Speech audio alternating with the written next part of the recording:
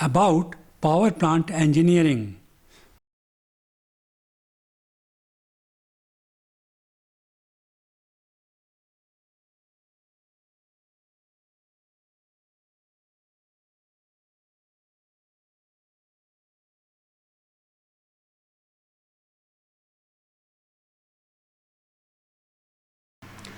Namaste friends, as mentioned in previous lecture, in order to achieve improved working of boiler, these have been modified and can work at high pressure. To understand it in a better manner, let us go back to fundamentals of thermodynamics. Considering heating ice to water and then to steam at atmospheric pressure, it is known that initially temperature of ice increases until it reaches 0 degrees Celsius. There is no further increase in temperature until whole ice is converted into water. As water is further heated, vaporization process begins. It becomes a mixture of water in liquid and vapor state. Its volume increases as vapors occupy more space. At 100 degrees Celsius, temperature becomes constant until water attains vapor state completely. After this, temperature rises further. As water is converted into vapor, its volume increases. In boilers, conversion from ice to water is not considered, as water is being converted into steam. State during which water exists in liquid and vapor form both is a matter of concern. Let us consider representation of this process graphically on pressure volume or PV diagram.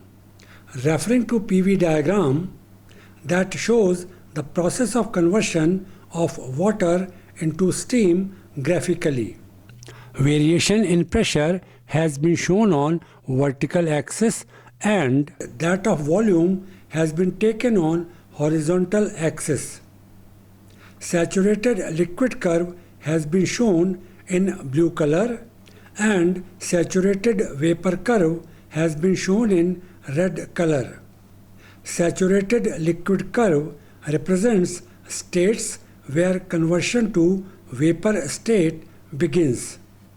This state varies with increase in pressure and curve is formed. Similarly, saturated vapor state presents states where conversion to vapor state becomes complete. Here too, variation occurs with increase in pressure and curve is formed. These two curves meet at a point. This point is known as critical point as mentioned. Region between these two curves is termed as liquid plus vapor region. Constant pressure curves are shown in diagram as may be noticed. Each curve represents a particular pressure. These are also mentioned as isobaric curves in some texts. It may be observed that first curve from bottom has the longest horizontal line in liquid plus vapor region. It represents low pressure, say atmospheric pressure. It means that more thermal energy is needed to convert water into vapor completely. If pressure is increased, that is, process occurs at high pressure, it is represented by second curve on upper side. It may be noticed that horizontal line in liquid plus vapor region has been shortened. As pressure is further increased, this line goes on decreasing in length. This means that thermal energy required to convert water into vapor completely goes on reducing. Further increase in pressure shows that constant pressure curve passes through critical point. This is known as critical pressure curve. If process is carried at this pressure, water changes into vapors directly as curve does not pass through liquid plus vapor region. This means water does not attain a state in which it exists in liquid and vapor state both. This indicates that thermal energy required decreases considerably when process is carried out at critical pressure. Evaporation process carried at pressure above critical pressure will also require less thermal energy. A curve shown in diagram represents process carried above critical pressure. It may be noticed that it also does not pass through liquid plus vapor region. The boilers working above critical pressure are termed as supercritical boilers. Considering process carried out at pressure just below critical pressure, it may be observed that length of horizontal line is quite short. The pressure just below critical pressure is subcritical pressure. Boilers working at this pressure are termed as subcritical boilers. It may be mentioned here that this graphical representation is not to scale. As is evident, boilers could save on fuel if these worked at high pressure. Earlier, it was difficult to achieve it because materials that could withstand high pressure and temperature were not available. Later, with advancement in material science, it became possible to have materials that could withstand high pressure and temperature. This advancement was gradual and took long time. Initially, it became possible to operate boilers in pressure range between 10 megapascal and 17 megapascal. These were termed as high pressure boilers. Further, it became possible to operate boilers in the pressure range between 17 megapascal and 21 megapascal. These had working temperature of around 565 degrees Celsius. This was considered subcritical range and boilers were named as subcritical boilers. In late 50s of previous century, it became possible to achieve working pressure in boilers between 22.1 megapascal and 27 megapascal. At the same time, working temperature could be attained as high as 593 degrees Celsius. These were known as supercritical boilers. These boilers could attain efficiency up to 40%. Further development led to boilers known as ultra supercritical boilers that could operate at a pressure of 28 megapascal and temperature up to 600 degrees Celsius. These could attain an efficiency of 42% that made their operation more economical. Further, advanced ultra supercritical boilers could operate at a pressure of 30 megapascal and temperature up to 720 degrees Celsius.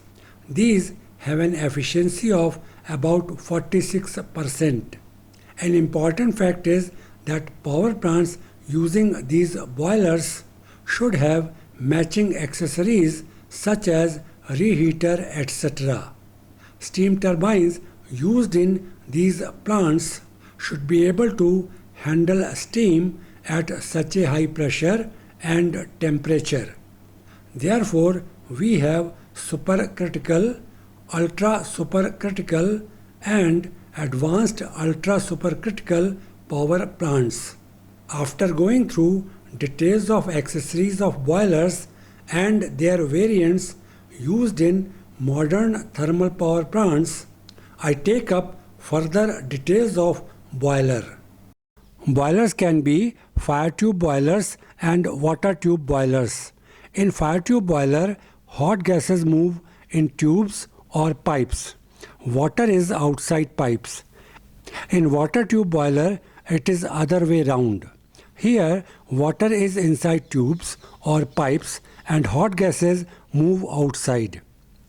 In both cases, indirect heat transfer occurs between hot gases and water. In thermal power plants, water tube boilers are used. In modern thermal power plants, boilers working above critical pressure are being used as already mentioned. Description that follows relates to boilers that work below critical pressure. Details of components have been taken briefly for academic purpose only. Initial heating of water causes rise in temperature and its vaporization. It becomes a mixture of water in liquid and vapor state. It is termed as wet steam. Gradually, water is evaporated completely and it exists in vapor state only. It is termed as dry steam or saturated steam. Further heating of dry steam brings it to superheated state and it is known as superheated steam. At atmospheric pressure and temperature of 250 degrees Celsius, dry steam becomes superheated steam.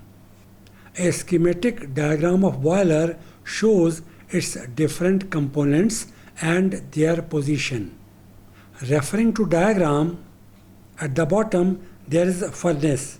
In furnace, fuel is burnt and hot gases are produced. These gases move upwards. Their direction has been shown with arrows in red color. These have maximum heat content in lowest portion of boiler. As these move upwards, their heat content is transferred to evaporator, steam drum and superheater. Finally, when these go to reheater from boiler as indicated by arrow in red color, most of their heat contents is utilized. Still, remaining heat content is utilized in reheater, economizer and air heater. Steam drum has feed water that comes from economizer in its lowermost part. It is in saturated state, which means that from this state onwards its conversion into vapor state begins. Above it there is steam that comes from evaporator as indicated on right hand side of diagram. Steam from evaporator is further heated in steam drum. It is moved to superheater on upper side where it is converted into superheated steam. Superheated steam is fed to turbine. Water from lower portion of steam drum moves down to water drum. Water drum is also referred to as mud drum. Reason being that all the impurities, including sludge, leaves the water and is collected in its bottom. From there it is taken out periodically. The movement to water drum occurs in pipes known as downcomer. From water drum it rises to evaporator where it is converted into steam. State of steam coming out of evaporator is a mixture of water in liquid and vapor state both. It rises further and is fed to steam drum. Because it has less density as compared to water, it stays above water already present in drum. This upward movement occurs in pipe known as riser. It may be mentioned here that different components have been shown in the form of blocks separately. In real boiler, baffles separate them. Circulation of fluid. Water from steam drum and steam in liquid and vapor state, as mentioned earlier, may also be termed as fluid. Circulation of fluid from steam drum to water drum, from water drum to evaporator, and from evaporator to steam drum may occur on its own or with the help of pump. When it occurs on its own, it is known as natural circulation. It is known as forced circulation if it occurs with the help of pump. Natural circulation. As already mentioned, the circulation occurs from steam drum to water drum to evaporator and back to steam drum through downcomer and riser. Referring to diagram, water is in saturated state and moves down through downcomer. It reaches in water drum where its impurities are removed and it moves upwards. It passes through evaporator and reaches back steam drum in liquid vapor state. This circulation becomes possible naturally due to difference in densities. Density of saturated water is more as compared to density of water in liquid vapor state. Heavy saturated water moves downwards through downcomer and lighter water in liquid vapor state moves upwards in riser. Natural circulation occurs due to density difference as already explained. Density difference is due to different states of fluid in downcomer and riser. With increase in working pressure, states of fluid in downcomer and riser become almost same. Therefore, densities also become almost same and natural circulation becomes difficult. In this situation, forced circulation is adopted. Forced circulation. To have forced circulation, a pump is used. This pump is located in the lowest position in circulation cycle between steam drum, water drum and evaporator. This cycle has already been explained. Enhanced pressure created by pump facilitates circulation. In a boiler, location of components depend upon flow of hot gases from furnace. As may be observed, furnace and water drum are located in lower portion of boiler close to each other.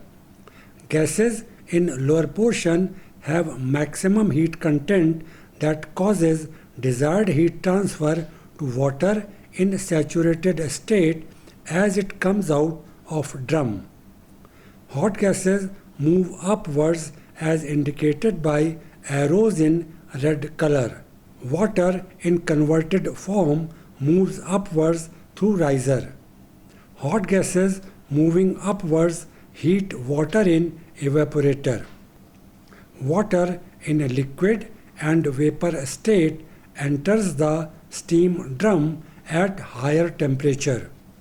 Further upward movement of gases heats up steam to saturated level in superheater that is located in uppermost portion of boiler. Heat is transferred to fluid in riser, evaporator, steam drum and superheater from hot gases as they move upwards. Still, they have enough heat content when sent to reheater as indicated in diagram. Now I would be talking about different components of boiler. I will take up water drum first. Water drum. Water in saturated state is collected in this drum. Sludge and other impurities accompany water. These are separated in this drum. Water free from sludge and impurities flows out of drum.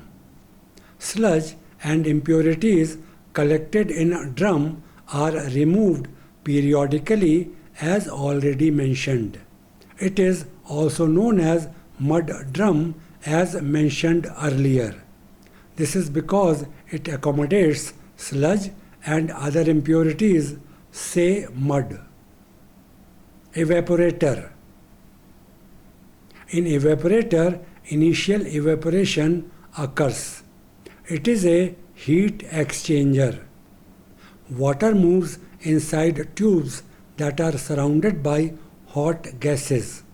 Heat is transferred indirectly from hot gases to water that causes its conversion. Temperature of gases surrounding water tubes is quite high at this stage. Evaporation of saturated water occurs and it attains liquid vapor state.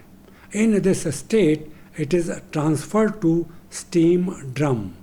I conclude here. In my next lecture, I will take up steam drum and other components.